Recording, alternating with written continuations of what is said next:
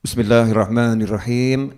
Alhamdulillahirabbil alamin. Allahumma shalli wa sallim ala sayidina Muhammadin miftahi babi rahmatillah adada ma fi ilmillah salatan wa salaman daimaini bidawami mulkillah wa ala alihi wa sahbihi. Allahumma shalli ala sayidina Muhammadin salatan taftahu biha lana futuhal arifin wa tufaqihuna biha fid din wa ala alihi wa sahbihi. Assalamualaikum warahmatullahi wabarakatuh. Alhamdulillah, pada kesempatan kali ini Allah Ta'ala pertemukan kita kembali dalam keadaan sehat walafiah. Mudah-mudahan yang sehat semakin sehat fi taatillah, yang sakit diberikan kesembuhan untuk ta'ah pada Allah Subhanahu wa taala. Amin Allahumma amin. Pada episode kali ini kita akan melanjutkan kisah Nabi Musa alaihissalam, yang pada episode sebelumnya kita sudah belajar tentang bagaimana Allah Ta'ala mengatur pertemuan Nabi Musa sang bayi dengan Fir'aun. Dengan Fir'aun yang lagi cari bayi laki-laki untuk dibunuh. Tapi ternyata ketika ketemu bayi yang bernama Musa alaihissalam, Fir'aun tidak berdaya, bahkan mengangkatnya jadi anak angkat. Mengangkatnya jadi anak angkat. Pada episode kali ini kita akan belajar kelanjutan kisah Nabi Musa, sampai akhirnya Nabi Musa harus meninggalkan Mesir. Harus meninggalkan Mesir. Apa yang terjadi? Ikhwani rahimakumullah, pemirsa dimanapun Anda berada, pertama-tama kita akan belajar hikmah ilahi. Jadi hikmah dari Allah Subhanahu wa taala. Allah ingin Nabi Musa mendapatkan ilmu yang lengkap, ilmu yang banyak, mendapatkan kemampuan yang hebat. Maka Allah Ta'ala letakkan Nabi Musa di kerajaan Fir'aun. Semua orang paham saat itu kerajaan Fir'aun di Mesir sana merupakan pusat peradaban. Dan di sana berkumpul orang-orang yang pandai di semua bidang. Baik di bidang politik, di bidang militer, di bidang ekonomi, di bidang sosial, di bidang teknik, di bidang apapun itu ada di kerajaan Fir'aun.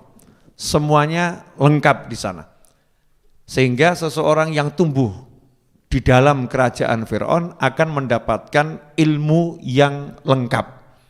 Ilmu yang memadai untuk menjadi seseorang yang besar, seseorang yang bisa memimpin alias menjadi seorang pemimpin. Semua tersedia di sana. Dan itu akan didapatkan semakin lengkap kalau dia semakin dekat dengan pemimpinnya. Otomatis begitu Nabi Musa alaihissalam diangkat jadi anaknya Fir'aun, maka seluruh yang ada di kerajaan Fir'aun akan memuliakan Nabi Musa. Semuanya. Maka semua guru yang ada di sana juga pengen menjadi gurunya Nabi Musa alaihissalam. Semuanya pengen.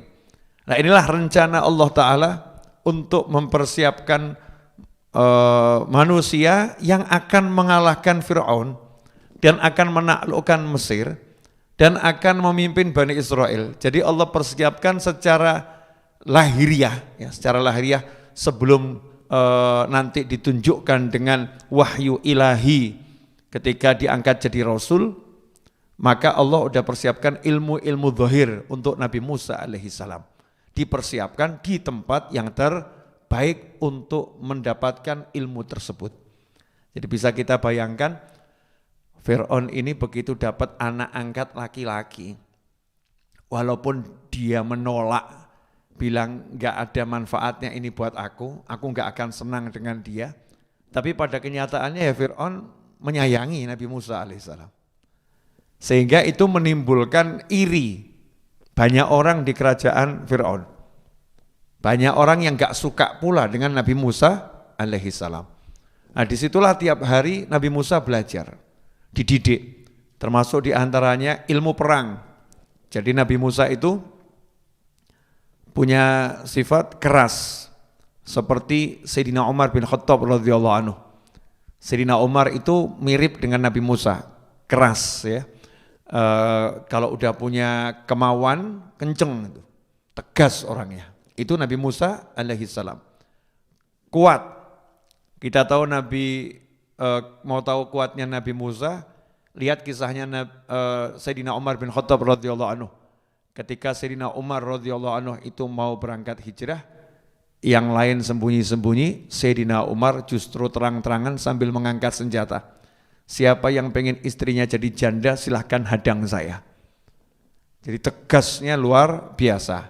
Maka dikatakan oleh baginda Muhammad SAW bahwasannya Sayyidina Umar ini punya kemiripan sifat dengan Nabi Musa alaihissalam. Karena itu kalau di kalangan ulama itu ada yang namanya Musawi, warisi sifat-sifat dan ilmunya Nabi Musa. Ada yang Sulaimani, yang mewarisi ilmu dan sifat-sifat Nabi Sulaiman alaihissalam. Ya, ada yang Ayubi, mewarisi ilmu dan sifat-sifat Nabi Ayub alaihissalam. Sesuai dengan sabda Nabi Muhammad SAW, ulama umatku seperti nabi-nabi dari Bani Israel. Masing-masing punya kemiripan. Nabi Musa belajar itu ilmu perang. Bagaimana cara naik kuda yang handal. Bukan sekedar naik kuda, tapi bisa naik kuda dengan semua kemampuan yang paling tinggi. Baik dari mulai naik kuda yang indah, naik kuda untuk perang, ya, semuanya dikuasai. Kemudian memainkan senjata apapun, mau tombak, mau pedang, mau panah, itu Nabi Musa belajar di istananya Fir'aun. Kemudian ilmu bahasa, Nabi Musa menguasai banyak bahasa. Nah, ini kadang kita nggak sadar ya. Kalau Al-Quran itu menjelaskan bahwasanya Nabi Musa alaihissalam menguasai banyak bahasa. Bukan cuma bahasa Mesir. Bahasa Mesir itu beda dengan bahasa Arab. Ya, beda dengan bahasa Arab. Nabi Musa menguasai, kalau kita belajar bahasa Mesir yang asli itu, ya pengucapannya saja antara jim, udah enggak disebut jim, tapi gim. Ya, gim. Jadi bahasa Mesir beda. Nabi Musa menguasai banyak bahasa. Buktinya Nabi Musa ketika nanti dari Mesir pergi ke Madian, Nabi Musa bisa berbicara dengan bahasa Madian. Ya, bisa bicara dengan bahasa Madian. Ketika bertemu dengan Nabi Khadir alaihissalam, Nabi Musa bisa bicara dengan bahasanya Nabi Khadir alaihissalam. Menguasai banyak bahasa. Nah, ini dicontohkan dalam Al-Quran, bahwasanya orang kalau mau jadi orang hebat ya begitu, belajar. Ya, belajar, di antaranya belajar bahasa, bukan cuma 1-2 bahasa, banyak bahasa. Saya alhamdulillah menguasai banyak bahasa, bahasa Jawa Tengah, bahasa Jawa Timur, ya, bahasa Indonesia, betul kan ya? Loh, itu bahasa Jawa itu badhe tindak pundi, jenengan jemboten paham. Yang orang luar pulau, enggak tahu kan? Kemudian bahasa Inggris ya sedapatnya, ya you know, gitu kan juga bisa kan, you, lumayan ya, bisa bahasa Inggris. Bahasa Arab, ya alhamdulillah semampunya, menguasai banyak bahasa. Belajar, nah disitulah Islam. Jadi Muslim ini bukan alergi dengan keilmuan.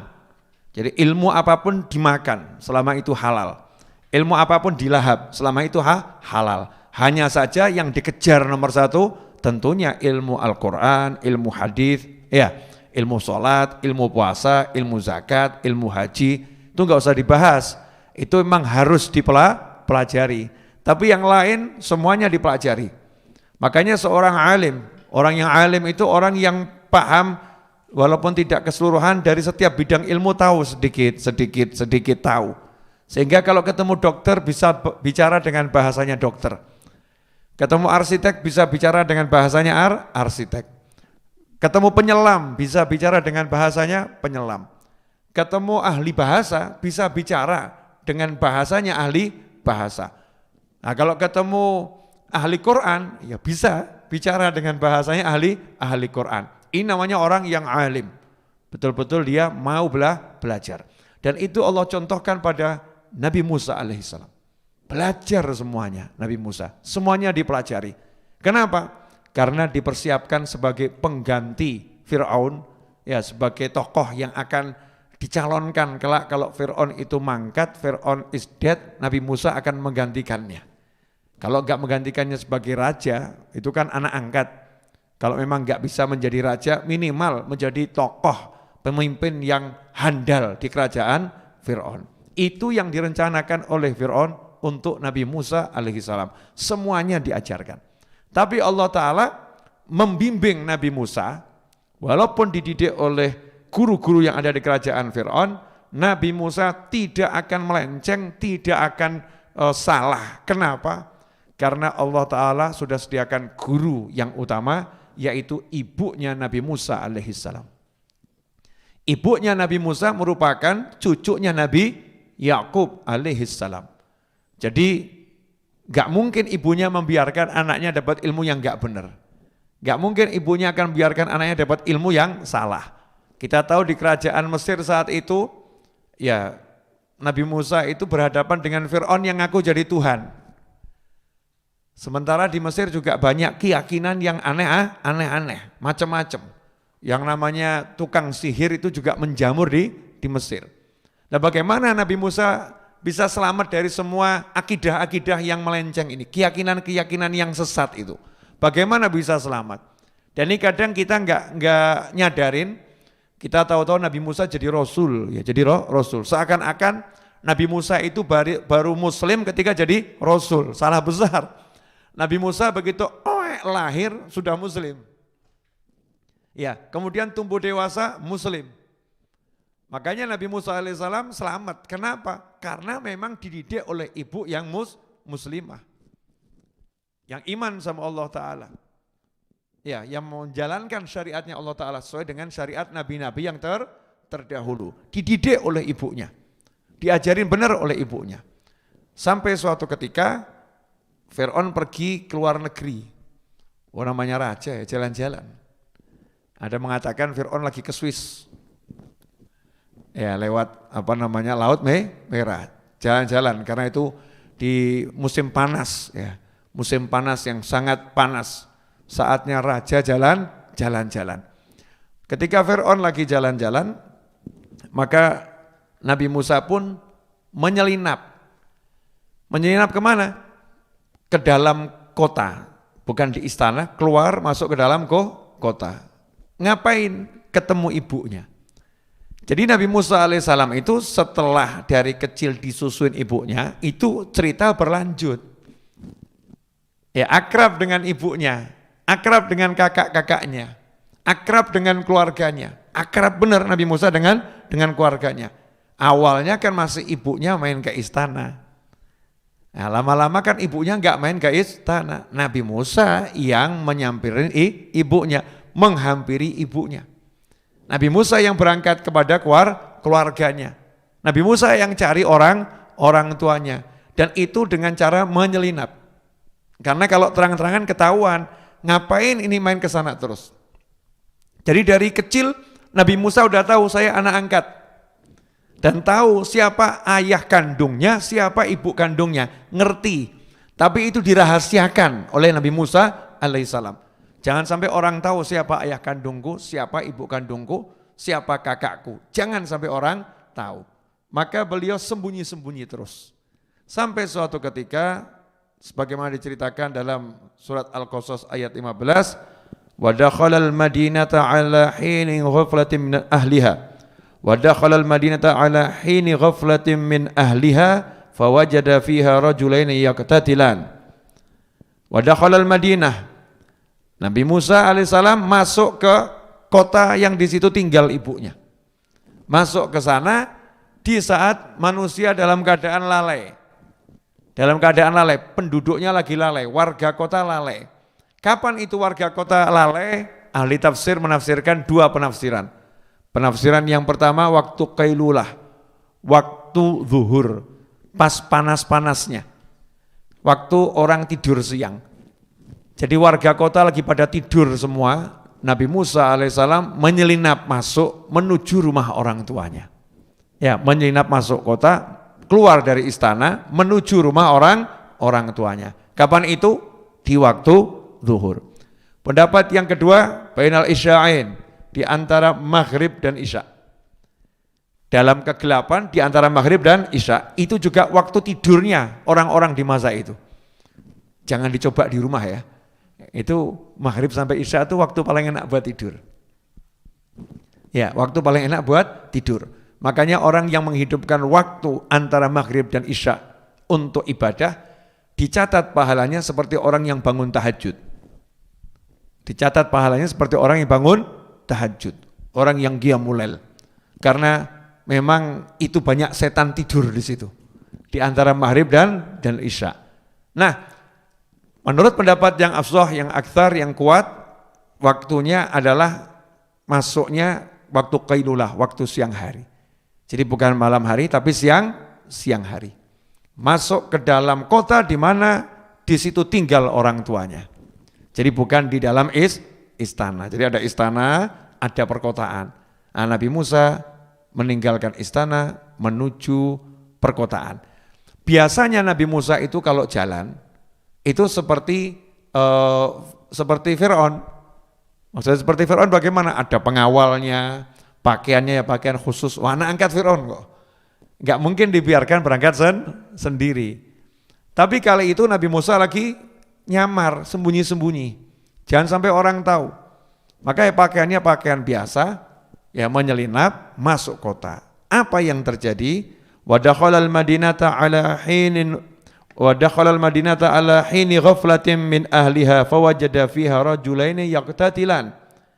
Saat masuk kota tersebut, Nabi Musa alaihissalam lihat ada dua pria lagi berkelahi, ingin saling bunuh.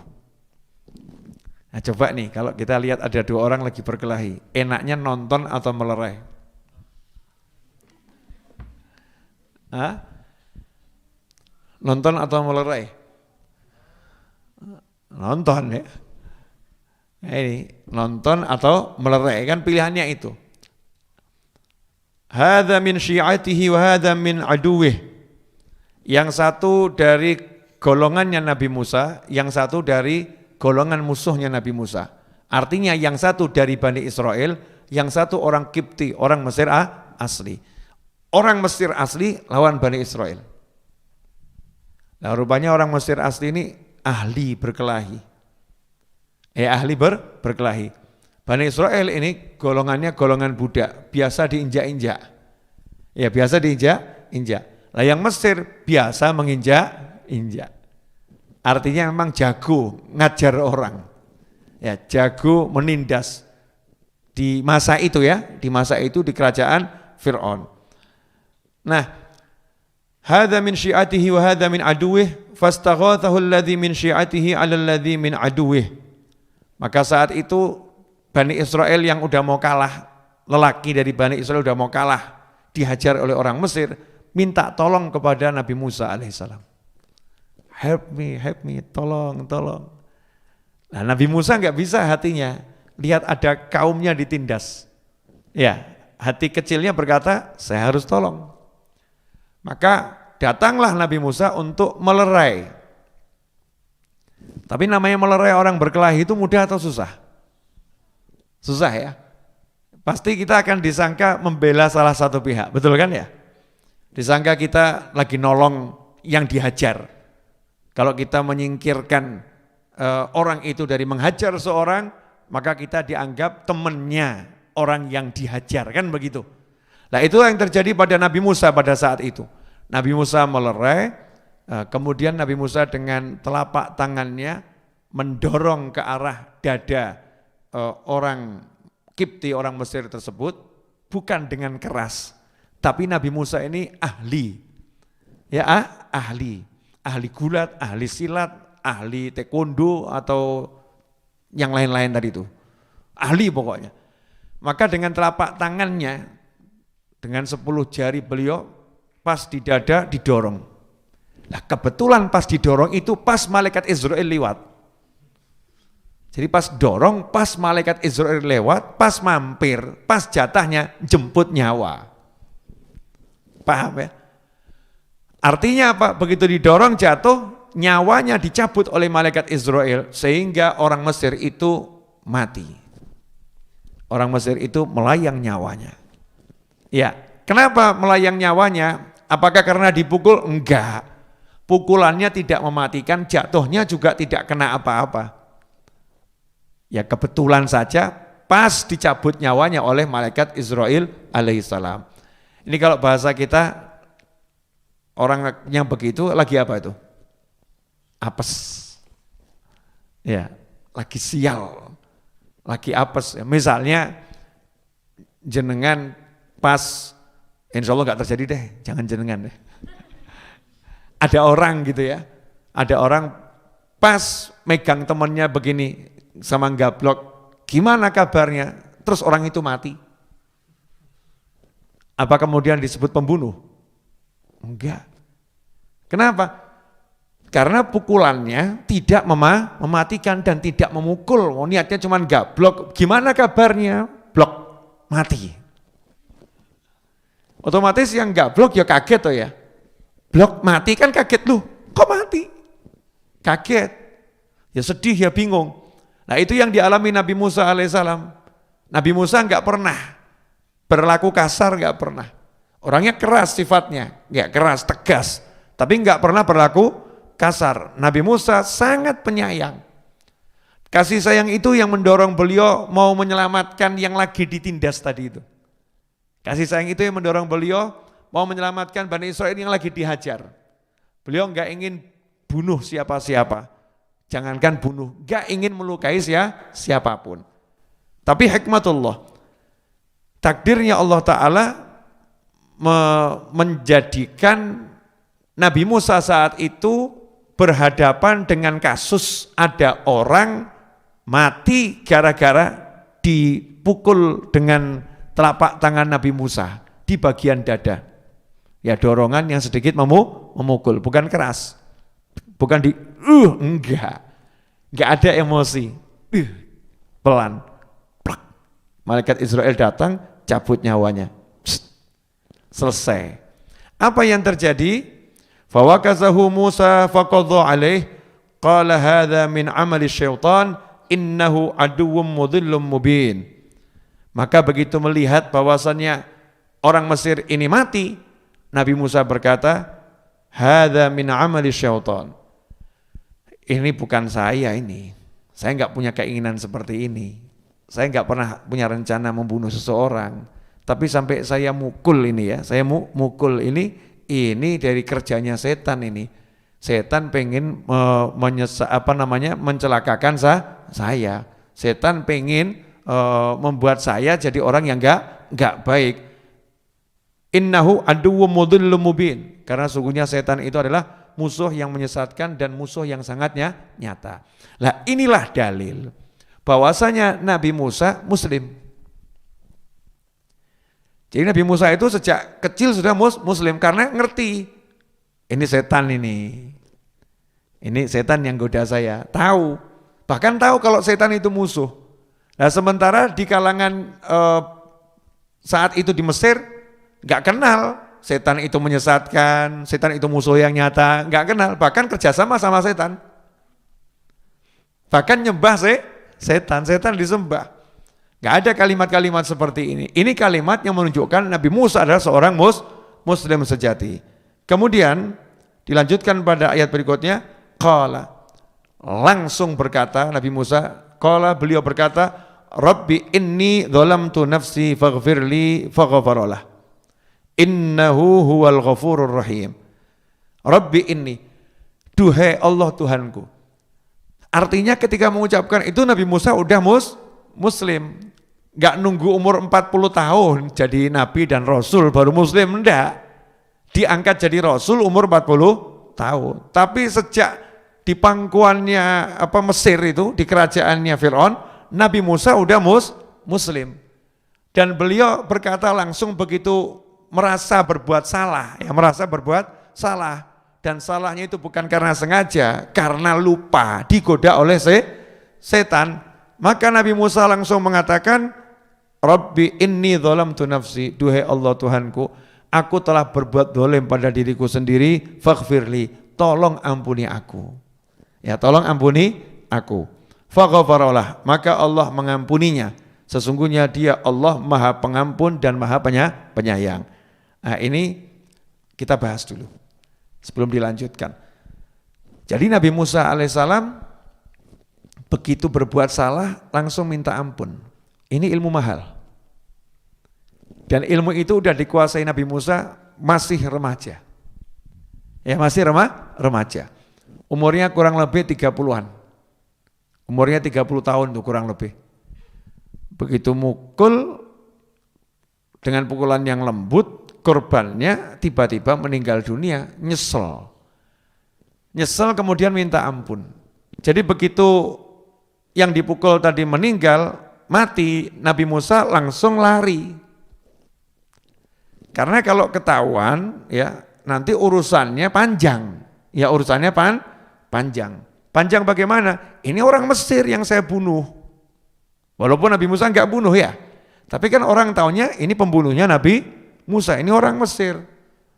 Nanti akan terbongkar nih identitas saya nih. Saya pergi menyelinap ke rumah ibu saya, pasti akan diruntutkan. Ngapain? Ya, pergi menyelinap. Terus ngapain kok bantu orang Bani Israel? Nanti akan diruntut, akan terbongkar semuanya ini. Semuanya akan terbongkar. Maka Nabi Musa segera lari menuju rumah ibunya. Di situ enggak keluar dari rumah. Enggak keluar dari rumah, nunggu sampai malam, sampai paginya. Itu sepanjang hari cuma mengucap Rabbighfirli, Rabbighfirli. Kalimat ini, Rabbi inni dzalamtu nafsi faghfirli, faghfaralah. Rabbi inni dzalamtu nafsi faghfirli, Rabbi inni dzalamtu nafsi faghfirli. Diulangi terus. Ya, diulangi terus. Nah, Nabi Musa paham kalau salah itu ya minta ampun. Kalau salah sama Allah ya minta maaf sama Allah. Ini akidah yang luar biasa. Karena kalau sampai orang itu enggak punya ilmu tobat, ngeri. Ilmu tobat itu mahal. Jadi kalau ada orang enggak punya ilmu tobat, dia akan putus asa dan dia akan melakukan maksiat terus.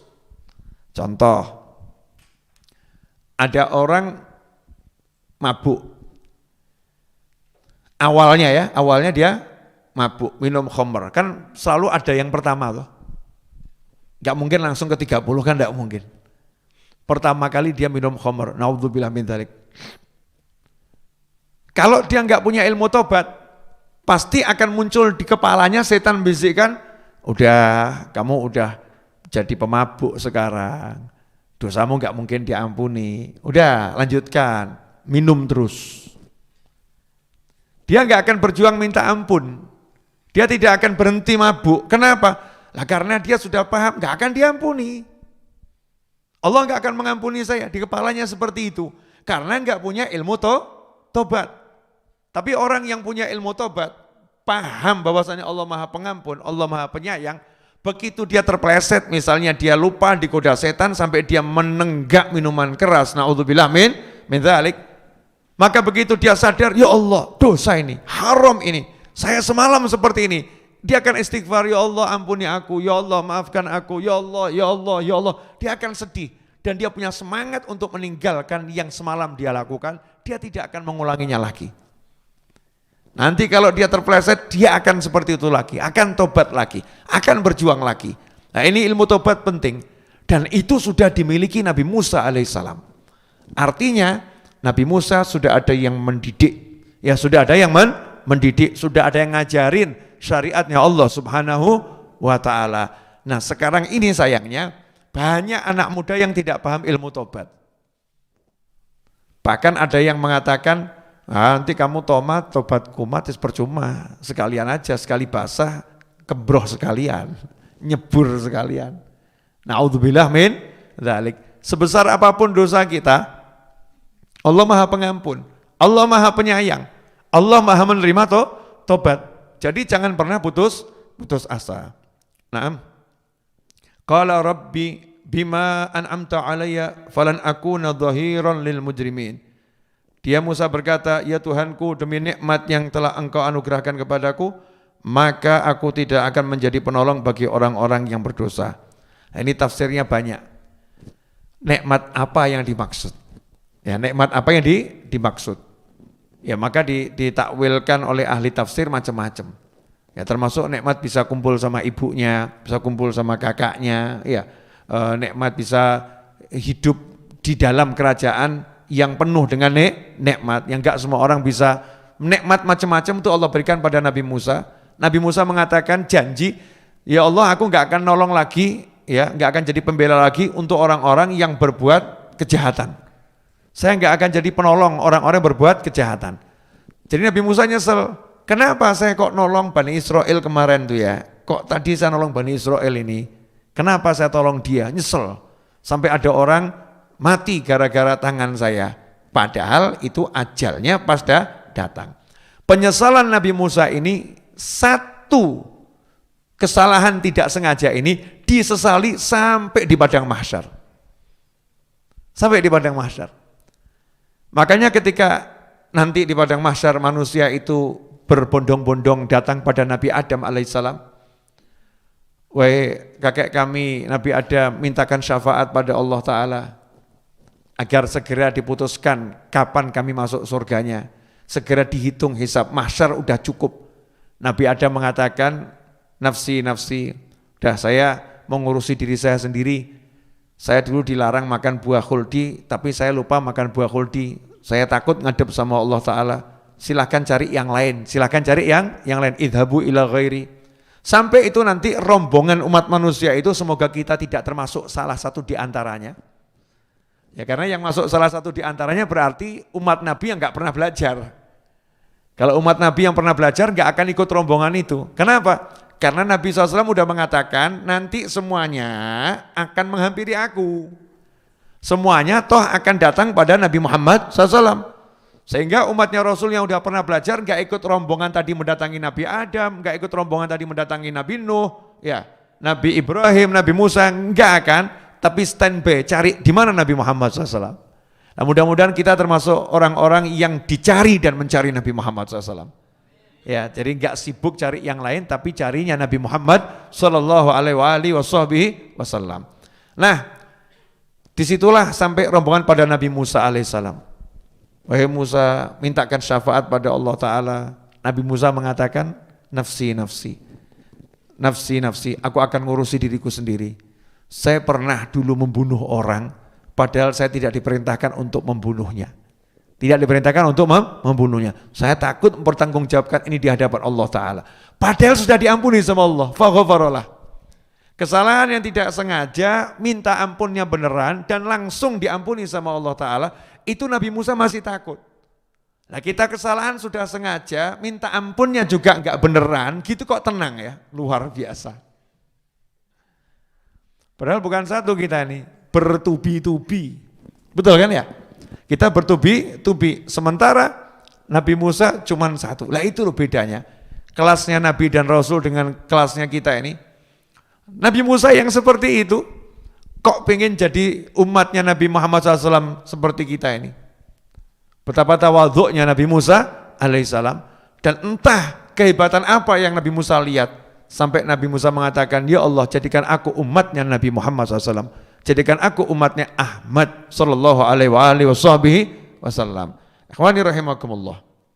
Fa'asbaha fil madinati khaifan yataraqqab.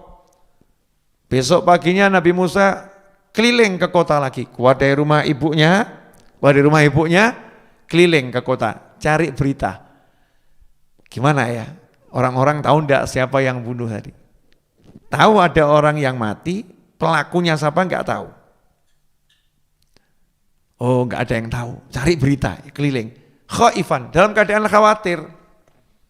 Jadi yang namanya manusia ya, itu ya punya rasa khawatir. Punya rasa khawatir itu tidak menurunkan pangkat seorang wali. Wali kok khawatir?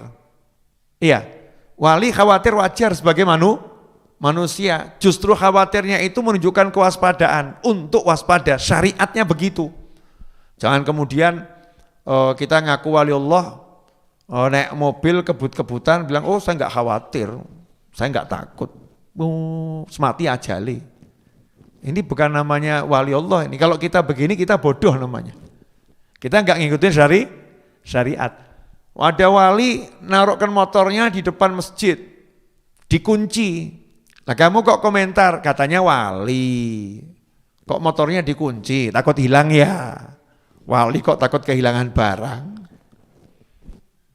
Nah ini kita yang komentar seperti ini berarti kitanya nggak pinter.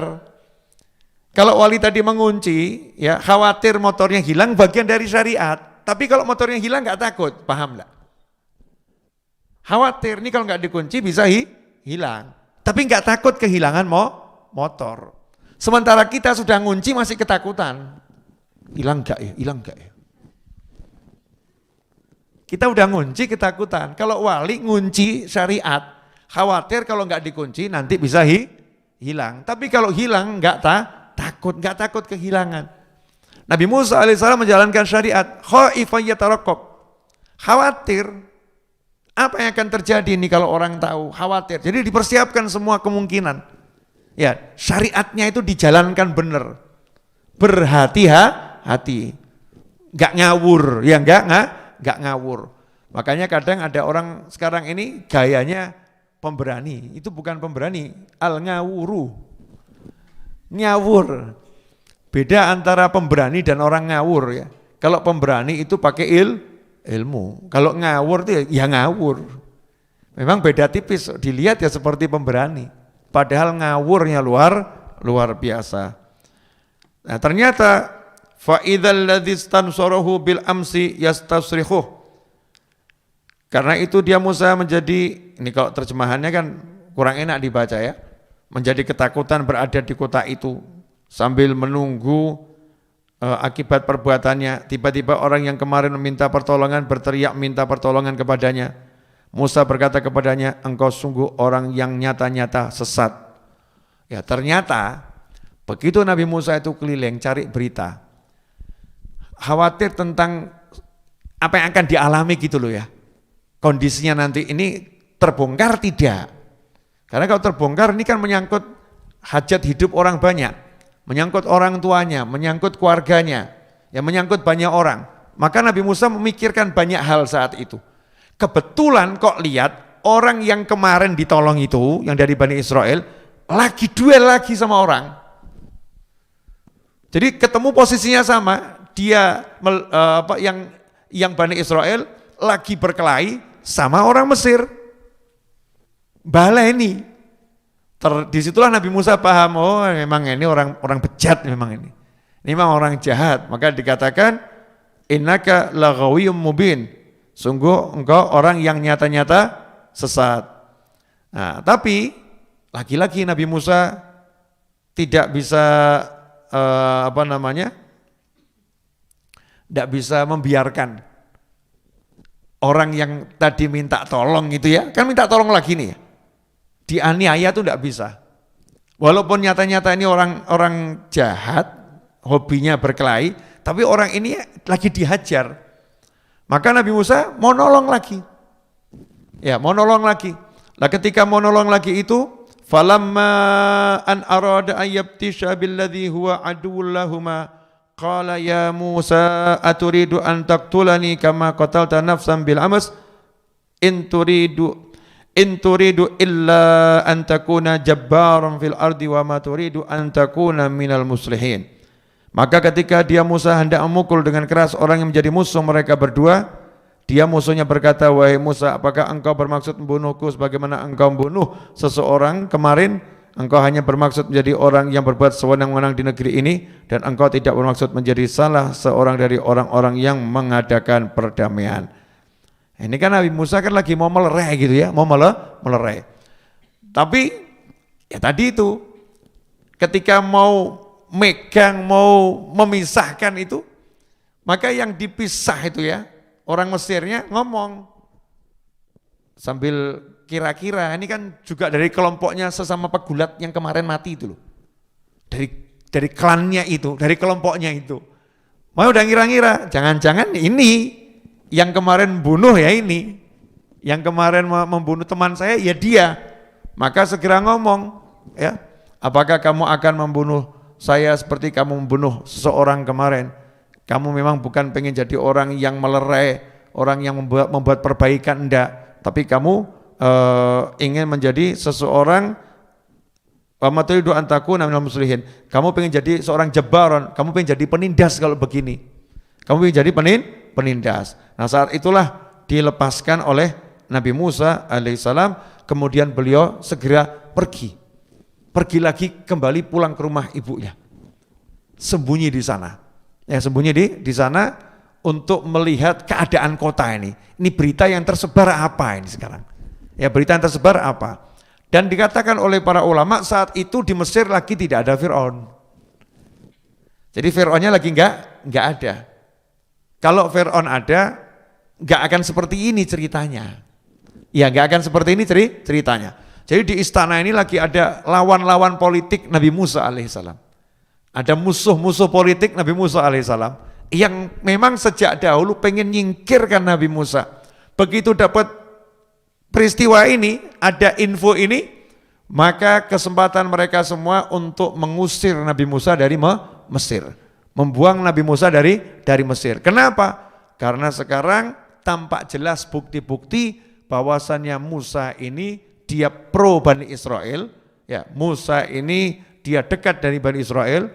Musa ini enggak pro pada orang Mesir. Buktinya ada orang Mesir jadi korban sampai mati. Maka disitulah mulai dibuat siasat politik untuk menyingkirkan Nabi Musa alaihissalam. Nah ini memang begini ini sudah ada sejak zaman dahulu kala. Ini yang mau disingkirkan anak angkat raja loh. Anak angkat Fir'aun. Berarti lawan politiknya kecil atau besar nih? Besar. Ya anak angkat Fir'aun mau disingkirkan saat Fir'aunnya enggak ada. Nanti Fir'aun pulang cuma dilaporin.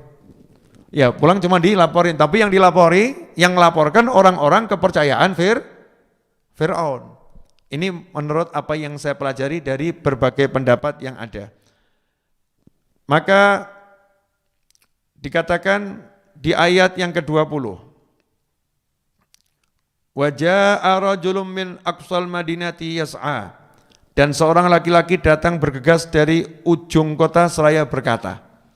Nah, laki-laki yang datang dari ujung kota ini siapa? Di situ menjadi misteri.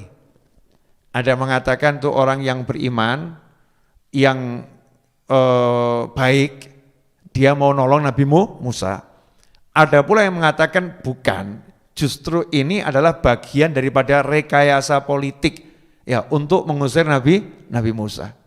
Jadi datang menghampiri Nabi Musa, kemudian berkata, "Ya Musa, innal mala'a ya'tamiruna bika liyaqtuluka fakhruj inni laka minan nasihin." Dan seorang laki-laki datang bergegas dari ujung kota, saya berkata, "Wahai Musa, sesungguhnya para pembesar negeri sedang berunding tentang engkau untuk membunuhmu, maka keluarlah dari kota ini, sungguhnya aku termasuk orang-orang yang beri nasihat kepadamu." Sekarang saya mau nanya, nah kalau pembesar kerajaan berunding ya untuk bunuh anak angkat raja, kira-kira berani enggak?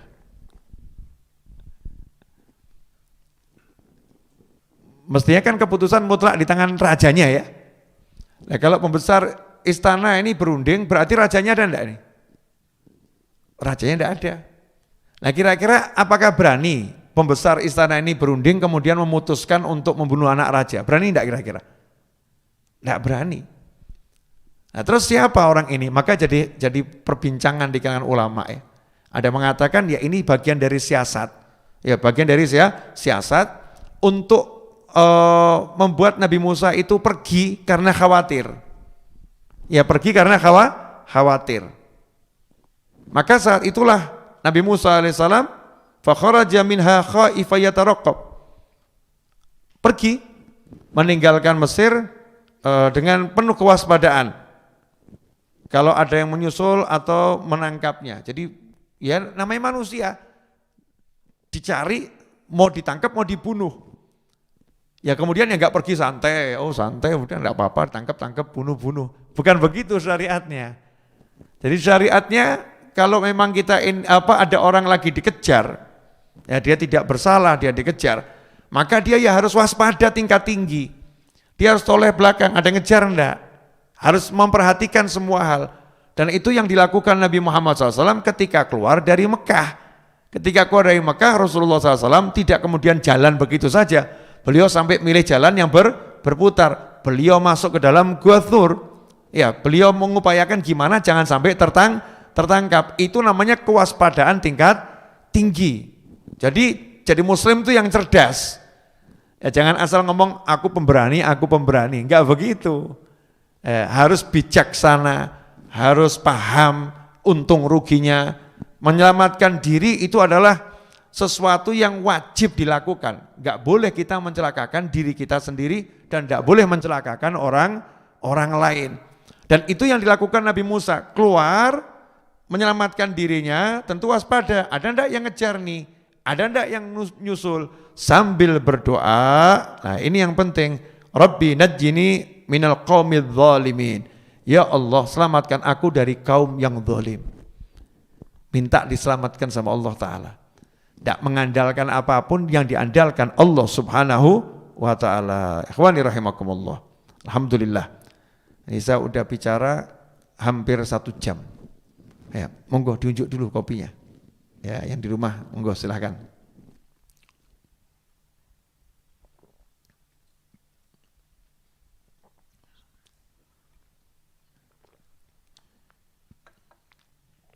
Alhamdulillah.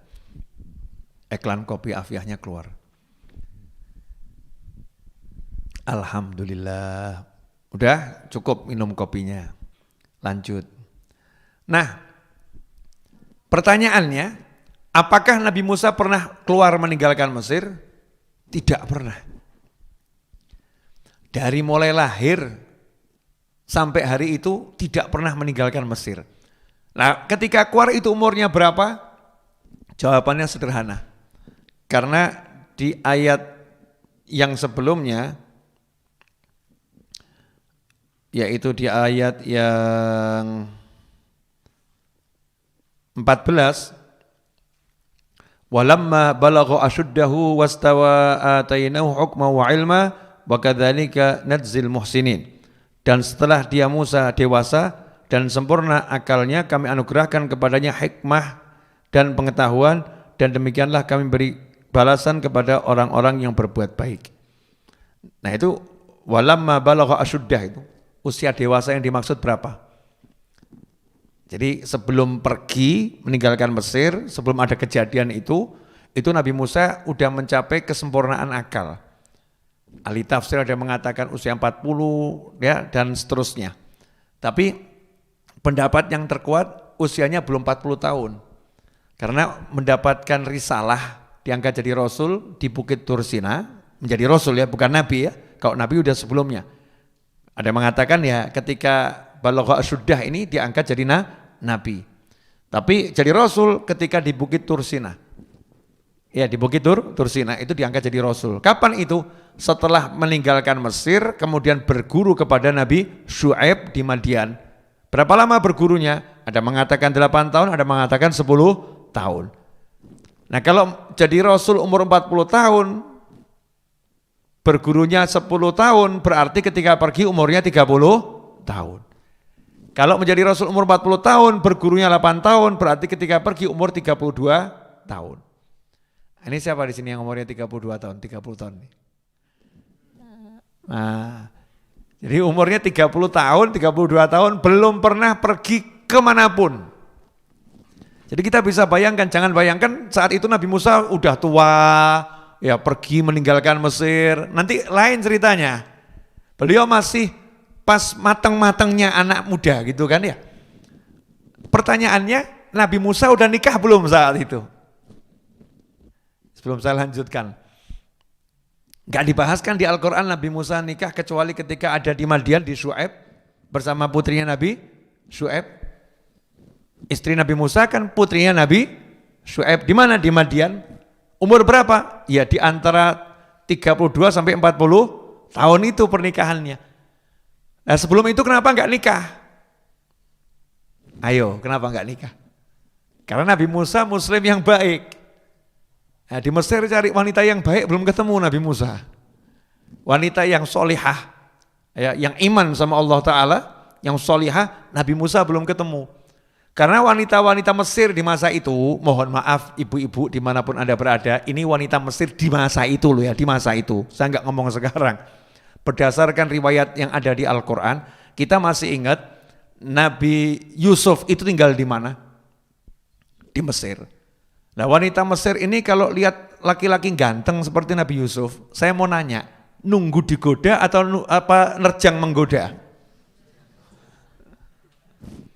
Nunggu digoda atau menerjang menggoda? Menerjang menggoda, lihatnya ganteng digoda. Itu wanita Mesir di zaman itu. Itu zaman masih ada Nabi Yusuf, ada seperti itu. Apalagi setelah Nabi Yusufnya nggak ada dan seterusnya. Maka wanita Mesir ini ya begitu. Ya seperti itu. Sampai ada pepatah yang saya tidak layak menyampaikannya di forum ini. Ya ada pepatahnya itu. Maka Nabi Musa nggak mau nikah sama orang yang nggak baik. Cari yang baik. Tambah tua nggak jadi masalah, tapi dapatnya yang bagus. Nggak seperti kita, mesti Bang Raento, sekui gak popo. Daripada nggak dapat, yang ada itu ya sudah. Rusak-rusak dikit nggak apa-apa gitu kan. Na'udzubillah min dzalik. Perintah Nabi SAW kan suruh cari yang betul-betul beriman, yang agamanya bagus. Nah kita enggak, sudah kurang luweh. Tapi banyak kurangnya daripada luwehnya. Ini Nabi, cari benar. Makanya begitu keluar itu dalam keadaan masih bujang.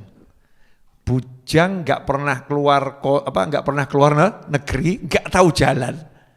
Sendiri harus ninggalkan ibunya, ninggalkan kakaknya, ninggalkan saudaranya, ninggalkan kerabatnya, ninggalkan kota kesayangannya, ninggalkan semua orang di istana yang dari kecil bersamanya.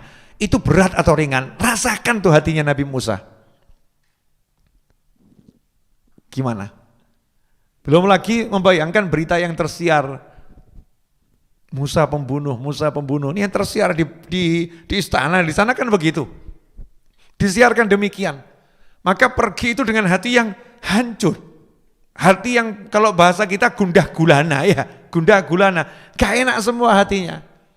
Ya Allah harus pisah sama orang tuanya. Tidak bisa kumpul sama orang tuanya. Kalau kumpul sama orang tuanya bisa juga kena masalah. Kumpul sama Bani Israel. Bisa dibunuh semua Bani Israel gara-gara saya. Maka Nabi Musa pergi. Nah ini namanya bukan melarikan diri. Itu namanya menyelamatkan banyak orang. Itulah yang namanya bijaksana. Ya pergi. Nabi Musa alaihissalam. Dalam keadaan yang betul-betul waspada. Disitulah berdoa, ya Allah selamatkan aku dari kaum yang zalim. Nah setelah itu, fakharja minha khaifa yatarakab, qala rabbi najjini minal qawmi dzalimin. Walamma tawajjaha tilqa'a Madyana qala asa rabbi ayyahdiyani sawa as-sabil. Nah kemudian Nabi Musa menuju kota Madyan sambil berdoa semoga Allah memberiku petunjuk agar aku bisa menempuh jalan yang benar menuju Madyan. Jadi enggak tahu jalan Madyan yang mana. Ya. Tapi minta sama Allah doa minta agar dibimbing menuju kota Madyan. Akhirnya Allah kirimkan malaikat. Ya, kirimkan malaikat yang bimbing jalannya Nabi Musa agar sampai ke kota Madyan. Nah, ini bisa kita pakai yang seperti ini kalau pas lagi tersesat. Nah, ya. Allah mahdini sawa as-sabil. Ya Allah beri aku petunjuk agar menempuh jalan yang lurus. Jangan nanya sama GPS. Lost sinyal enggak ada sinyal. Ya minta petunjuk dulu sama Allah Subhanahu wa ta'ala. Ya Allah bimbing aku menempuh jalan yang benar menuju yang aku mau. Minta sama Allah ta'ala.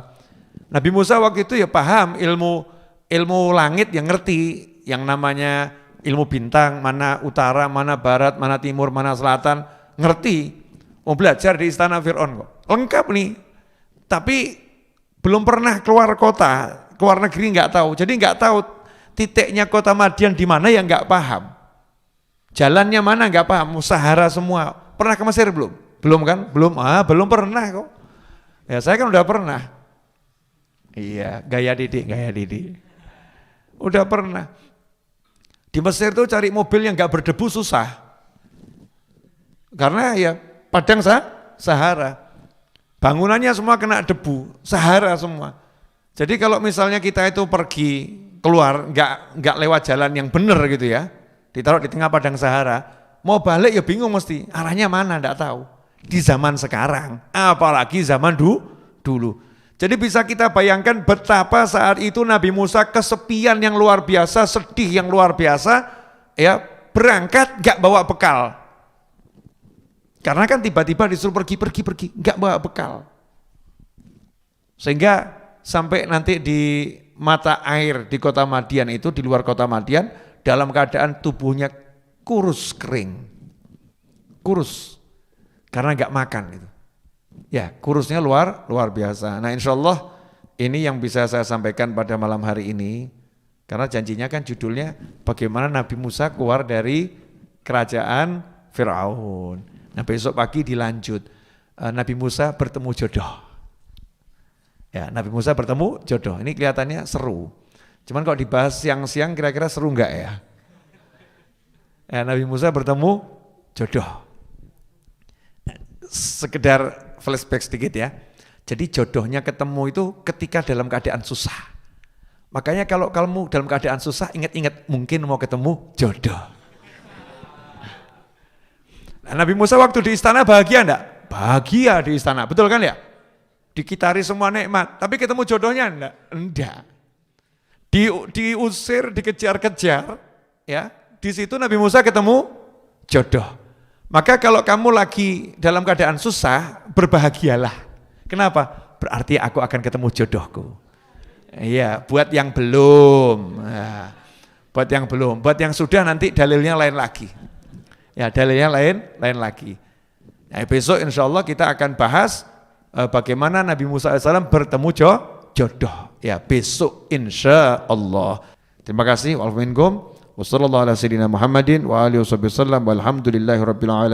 Wassalamualaikum warahmatullahi wabarakatuh. Allahumma salli wa sallim ala Sayyidina Muhammadin miftahi babi rahmatillah adada ma fi ilmillah